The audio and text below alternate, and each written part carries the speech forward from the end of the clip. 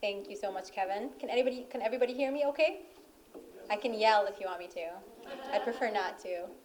Um, so my name is Sally. I'm actually the Civil Rights Director for a nonprofit organization called CARE Minnesota. It is a civil rights organization and advocacy group.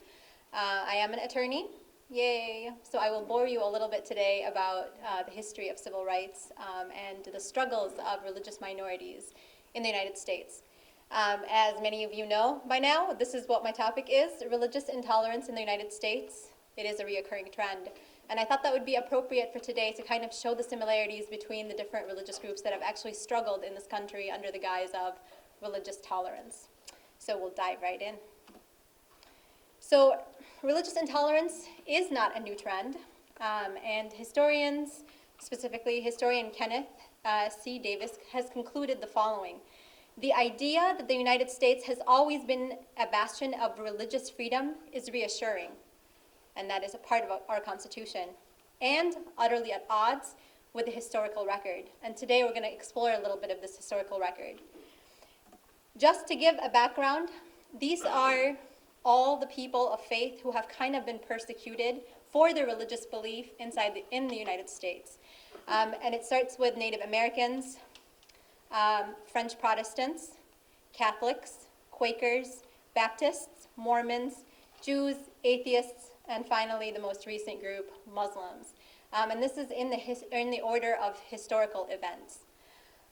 So we do share that common background, right? That every single new religious or perceived to be new religious group in the United States has faced opposition while trying to establish a community. My focus tonight will be comparing the three Abrahamic faiths in the United States, right? I'm going to start with the anti-Catholic sentiment and how the Catholic community struggled to establish a community in the United States, followed by anti-Semitic sentiment, right? And then the newest controversy revolving around the Islamic faith, so Islamophobic sentiment and how that's reoccurring in the United States. So let's first begin with the anti-Catholic sentiment. Anti-Catholic sentiment actually began in the United States before the United States inception, right? And so we have very well documented history, and I pulled a quote here from history. John Tracy Ellis wrote that a universal anti-Catholic bias was brought to Jamestown in 1607 and vigorously cultivated in all the 13 colonies from Massachusetts to Georgia. And that anti-Catholic sentiment was displayed in very different ways, including political exclusion. So there were attempts to keep Catholics out of office, right? So in 1788, John Jay urged the New York legislature to prohibit Catholics from holding office. The legislature refused, but did pass a law that was designed to reach the same goal by requiring all office holders to renounce what they called foreign authority, right? So basically, they questioned the loyalty of Catholics to the United States and used that rhetoric for political purposes against Catholics. And basically asking them to denounce or renounce papal authority, right? So basically by making them swear, that they were loyal to the United States. This discrimination peaked in the 19th century with influx of Catholic immigration. So whenever you see a rise in the number of people who are coming from abroad, there is like this alert, oh my God, the difference are coming, the other is coming, right? Which is really silly because we all know that we came from, or our backgrounds, we came from different countries anyway. So we were immigrants, or our grandparents and ancestors were immigrants to this country at a certain point. So mob violence in several cities ignited. Philadelphia, which is termed the city of brotherly love, right, was a place for particularly anti-Catholic sentiment, and that played out in what was called the Bible riots, where houses were burned, 2 Catholic churches were burnt, and at least 20 people died. And many others on the East Coast as well, many other riots within the colonies experienced the same thing. The KKK, Ku Klux Klan, everybody's favorite anti-civil rights group, also began to target Catholics in the United States with discriminatory attacks or violence. And then there was also, again, so like this political exclusion came up. So politicians claimed that Catholics were destroying the culture of the United States. So we'll learn in a little bit later what these attacks, against particular minority groups or religious groups mean in the form of this concept called McCarthyism. And then there was, even up until the 1960s, people who were Catholic running for office felt the need to explain their loyalty to the United States, right? Like John F. Kennedy felt compelled to make a major speech about his loyalty to the United States versus the Pope, right? Discriminatory depictions of Catholics was something extraordinarily common, right? So here you have two different cartoon depictions, and this type of nonsense is still used against minority groups today. So the first one here to my right, which would be your left, is the KKK fighting against Catholics, right? So like portraying the KKK as the heroes of this cartoon, right? And that they're fighting off this hand that's reaching all the way from Rome and trying to take over the United States. The other cartoon depicts the clergy as alligators coming for the citizens, and everybody is so frightened of them. Do you see how ridiculous this is? Like this is like fear-mongering to the max, right? And this type of rhetoric was used against Catholics up until very recently. The next group I would like to focus on is anti-Semitic sentiment, because it's not really new to the United States, actually. Some scholars believe and assert that no period of American history was free of anti-Semitism. And the very first account, the very first incident recorded in history was during the Civil War, when General Ulysses S. Grant issued an order, which was quickly rescinded by President Abraham Lincoln, of expulsion against Jews from the portions of Tennessee, Kentucky, and Mississippi under his control. Right? So that's the very first documented hate incident or organized hate against the Jewish community, but it's definitely not the last. We still, in Minnesota, deal with swastikas showing up everywhere, right? And this seriously happened as recently as 2012. And there was a Jewish synagogue that was burnt down, was it in Kansas? In Kansas, recently. This was last month? So it's very, very recent. Discrimination against the Jewish population peaked in interwar period. I don't know why that says prison, I apologize. Which basically gave rise to KKK violence in the 1920s, and that was in the form of hate attacks and direct discrimination. There was also denial of there was a rise in anti-Semitic literature at the time as well, in the form of radio programs, publications, books that were written about very negative portrayal of the Jewish community. To the point where it played a large part in the denial of refugee status and refuge to the Jewish population during World War II. So literally ships of people who were coming here evading religious persecution before the United States engaged in World War II were turned away and sent back to Nazi Germany. So this is a large quote, and it's very tiny, but I do really want to point out that the sentiment or anti-Jewish sentiment actually grew at some point in United States history. So in a 1938 poll, approximately 60% of respondents held a low opinion of the Jewish population, labeling them as greedy, dishonest, or pushy. 41% of respondents agreed that the Jewish population had too much power in the United States, and this figure rose to 58% by 1945. So even with Jewish immigration into the country, these anti-Jewish sentiments were actually growing, which is a pattern that we're observing also with Islamophobia. As time goes on after the 9/11 attack, you would think that with interaction with Muslims it would improve, but actually the anti-Muslim sentiment is rising in the United States. All right. Discriminatory depiction of the Jewish community, not new. These were very common cartoons. Jewish jokes were extremely common, right? Which is really sad in our history, but this still persists today. I mean, how many of you have heard of Paula Deen? Seriously, the cooking show? She's, I used to watch her, and then all of a sudden there were allegations of her discrimination against, African American and making discriminatory comments about the Jewish population. And she's like, well, usually all the jokes, were about either the African, blacks or Jews. That was her explanation for her discrimination, which is just outrageous, right?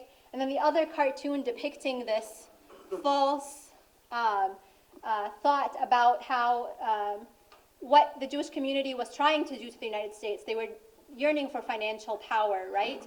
And then I really want to draw your attention to the corner of that cartoon, because this is obviously a KKK cartoon or some type of hate, because it says right here, this is what Jews should be doing, which is lynching, right?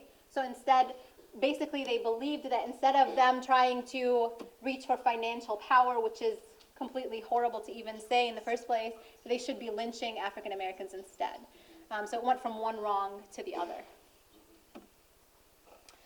Islamophobic sentiment, right? So this, again, the third of the Abrahamic faith. So contrary to the belief that people would like to push out today, Islam has existed in the United States since the United States inception. And as basically evidence of that, I have pulled a quote from Thomas Jefferson himself, right? So after the act, after the Virginia Act for establishing religious freedom, which Thomas Jefferson wrote, and it was eventually passed into power, he was one of its drafters. He was talking positively, and he wrote that the law was meant to comprehend within the mental of its protection the Jew, the Gentile, the Christian, and the Mohammedan, right? And that is what Muslims are. They're the people who follow Muhammad, right? And the Hindu, and et cetera, he names other groups as well. This fear-mongering of Muslims didn't really start until the 9/11 attack. I don't think people were actually aware of Muslim immigration or their Muslim brothers, right, in any type of context before then. But Muslims have existed in this country for hundreds of years, and they have peacefully done so, right? So after this attack on the Twin Towers, right, all of a sudden everything changed. Actually, nothing has changed. The Muslim population hasn't changed. None of them incited that violence. That violence came from outside of the country. But suddenly we started to view our Muslim neighbors here who have existed in the United States as different or other, right? We've never questioned their loyalty before to the United States before that attack, right? So what's different? If they didn't incite that attack, what has changed? So fear-mongering after post 9/11, after 9/11, came in very many different forms. One, there was started to be an organized Islamophobia network, or anti-Islam hate groups that popped up, right? There's no reason for the KKK to speak anymore, because there are groups who even have louder voices with hateful things to say about Muslims. And they benefit from that financially, they benefit from that politically, whatever it may be. Like Robert Spencer with his Jihad Watch group, Pamela Geller, these are just honorable mentions, and Bridget Gabriel with her Act for America network. There have also been discriminatory trainings of government agents by anti-Islam hate groups, right? So, for example, in New York, to ensure that the law enforcement was not protecting Muslims when they faced things like hate crimes or the like. Hate groups have actually went in and trained police officers using very racist rhetoric as well. And then there was also an attempt, just like there was an attempt before with the Catholic community and the Jewish community, of excluding Muslims from the political process, right? So extreme opposition to Keith Ellison, for example, who was sworn in as the first Muslim congressman, and people who had attacked him like Michelle Bachmann, and questioned his loyalty to the United States. So again, that same rhetoric we see pop up. There was also an attempt to hinder access to the justice system with these so-called anti-Islam bills that people had tried to pass or in various states, including Minnesota, basically prohibiting the practice of the Islamic religion, right? So me as a Muslim, I would not be able to pray. And some states have gone so far as to say that if I were to be caught praying, right? So Oklahoma is one of those great states. If I were to be caught praying, praying to God, then I would be fined $15,000 and could face a prison sentence, right? There was also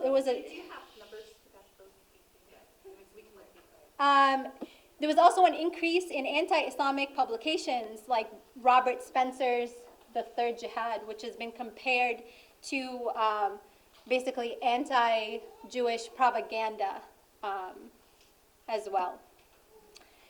Discriminatory depiction of Muslims. So this is a really great cartoon. KKK pops up again. Light, camera, action, right? And so they're basically burning whatever it is, symbol of Islam or Muslims, and many, many more negative depictions. So basically this practice of making accusations of disloyalty, subversion, or treason without proper regard for evidence, because no evidence has ever come against those citizens whose loyalty has been questioned, right? So like JFK, no evidence whatsoever of his disloyalty. Keith Ellison, same thing, right? This concept is called McCarthyism, right?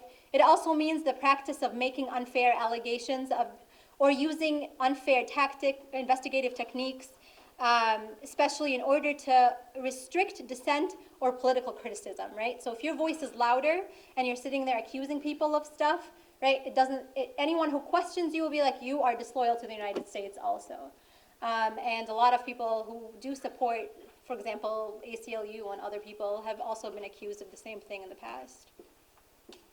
So what I want to have here is the Abrahamic faith compared, basically the struggles of Catholicism, Judaism, and Islam. But basically all three groups have faced this: rhetoric and acts, political exclusion, the question of loyalty, U.S. domination, right?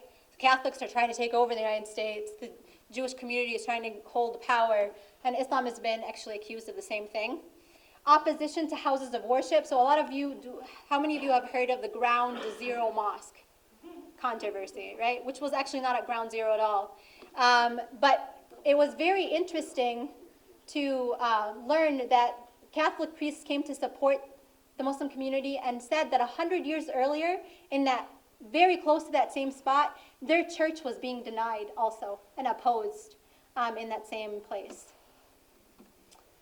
Continuation, employment discrimination. So in the form of like basically you go and apply for a job and people are like, no, wear the headscarf, we don't hire you or whatever.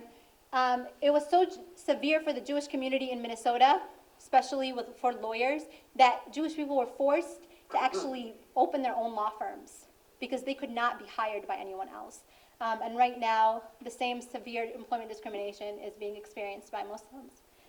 Denial of public accommodations. So basically, the Jewish population was refused, for example, to participate in certain clubs, social clubs, things like that. Again, we've had Muslim people who have experienced denial at restaurants. So like, for example, they were like, we don't serve your kind here, leave.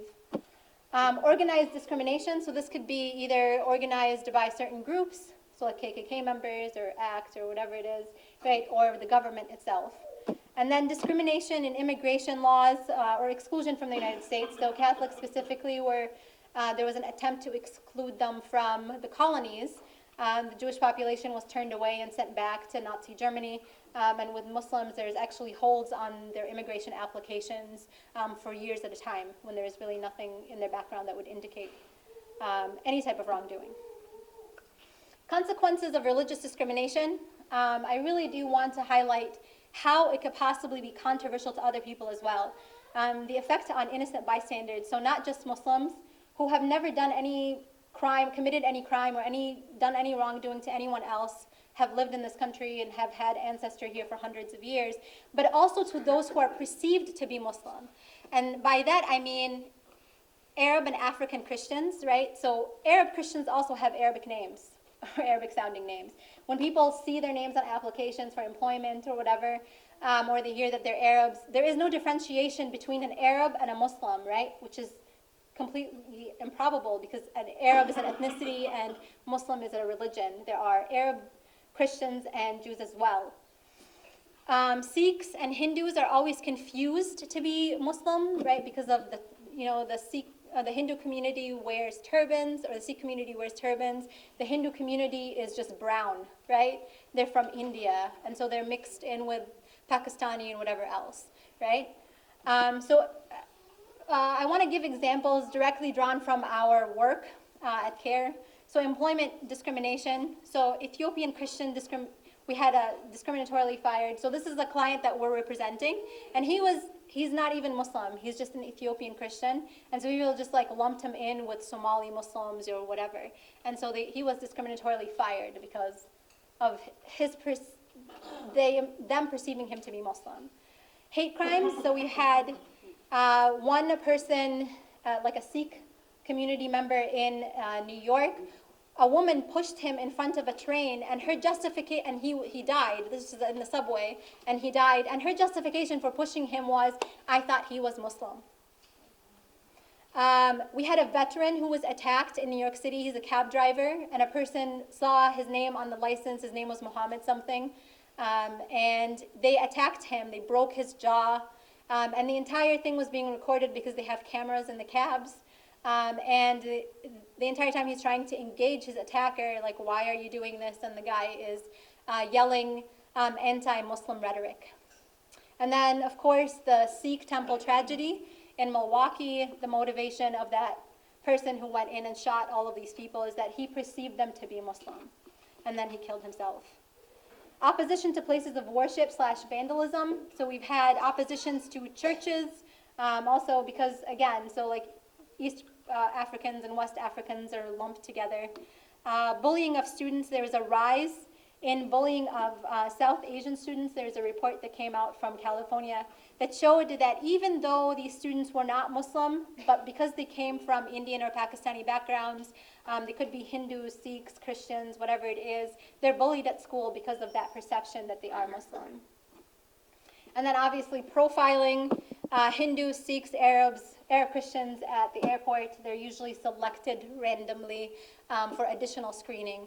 There's actually a really compelling story of a Hindu individual who went through the additional screening. He was traveling on his own during Ramadan and was like picked out for additional questioning. He was held at the airport for several hours without food, and he didn't know why. And then at the end, he found out that they were doing this because they thought he was Muslim and traveling alone, and that made him suspicious. And he was actually Hindu. That individual also had found out that they had broken into his apartment while he was being held at the airport. The law enforcement had gone in and done an illegal search of his apartment and his home, and he had a picture, a religious picture of like a hand in prayer, right? And that was taken out of his apartment as evidence, and that's how he found out that his apartment was broken into, and his stuff obviously was gone through. Development of religious freedom in the Constitution. So I really want to end on a hopeful note because there is such a thing, but the problem is we don't follow it, or we don't think of it, and we don't know how hard our founding fathers have worked and labored to get that in there and why they thought it was important. So I want to highlight first the Virginia Act for establishing religious freedom, and that was a bill in 1779. That was passed by Thomas Jefferson as his governor. He had drafted the bill that guaranteed legal equality for citizens of all religions, including those of no religion in the state, right? And this model that he drafted and labored over actually ended up shaping our Constitution that granted religious freedom to everyone. So it was around then that Jefferson famously wrote, but it does mean no injury for my neighbor to say that there are 20 gods or no God. It neither picks my pocket nor breaks my leg. And that's an attitude that we all should have, right? It's not just tolerance. You don't have to accept the person's faith next to you, but that person is still your neighbor and is still an American before they're anything else. After that Virginia Act was passed, that's when Thomas Jefferson proudly wrote that the law was meant comprehend within the mantle of its protection the Jew, the Gentile, the Christian, the Mohammedan, and the Hindu, right? James Madison also wanted Jefferson's view of religious freedom for all to become the law of the land. And he took that with him to the Constitutional Convention in Philadelphia in 1787. And as framed in Philadelphia that year, the U.S. Constitution clearly stated in Article 6 that federal elective and appointed officials shall not be bound by oath of affirmation to support this Constitution, but no religious test ever be required as a qualification to any office or public trust under the United States. Some of these tests actually existed at the time, right? So like New York, for example, required people to believe in the Trinity before they can run in office, excluding the Jewish population altogether. And so that clearly negates that law because it became federal law. This passage, along with the fact that the Constitution does not mention God or a deity except for a pro forma year of our Lord, so that's basically to establish the date. And its very first amendment forbids Congress from making law that would infringe of the free exercise of religion. Attests to the founders' resolve that America be insistence on religious freedom. So like they insisted on religious freedom so much that they wrote that they will not, Congress cannot pass anything that would hinder the practice of religion or pass an established religion. I want to conclude with remarks from George Washington. So President Washington wrote in 1790, all possess alike liberty of conscience and immunity of citizenship. For happily the government of the United States, which gives to no bigotry, which gives to bigotry no sanction, to persecution no assistance, requires only that they who live under its protection shall demean themselves as good citizens, right? And this was a letter that was written to the Jewish community, and he concluded, may the children of the stock of Abraham who dwell in this land continue to merit and enjoy the goodwill of the other inhabitants, while everyone shall sit in safely under his own vine or fig tree, and there shall be none to make him afraid. So these are really powerful words that are aimed at religious freedom and the concept of religious freedom. Now, I started off with the history of religious intolerance because it should not be forgotten.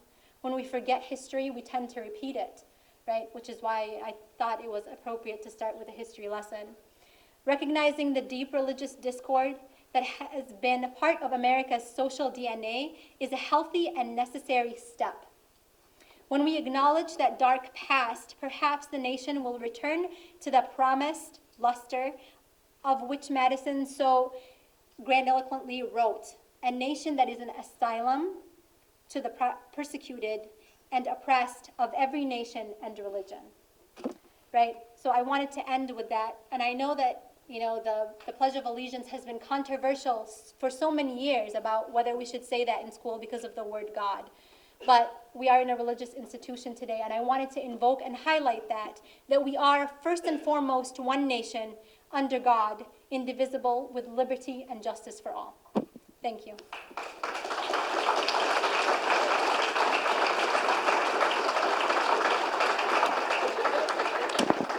Thank you, Sally. A reminder that if you have questions for her presentation, to put them on the note cards, and we'll be taking questions after all speakers have been completed. Read all questions? I'm going to read all questions. I'll ask as many. That we submit. I'll read all of the questions that I get, and I'll use as many of them as I can. I'd like to now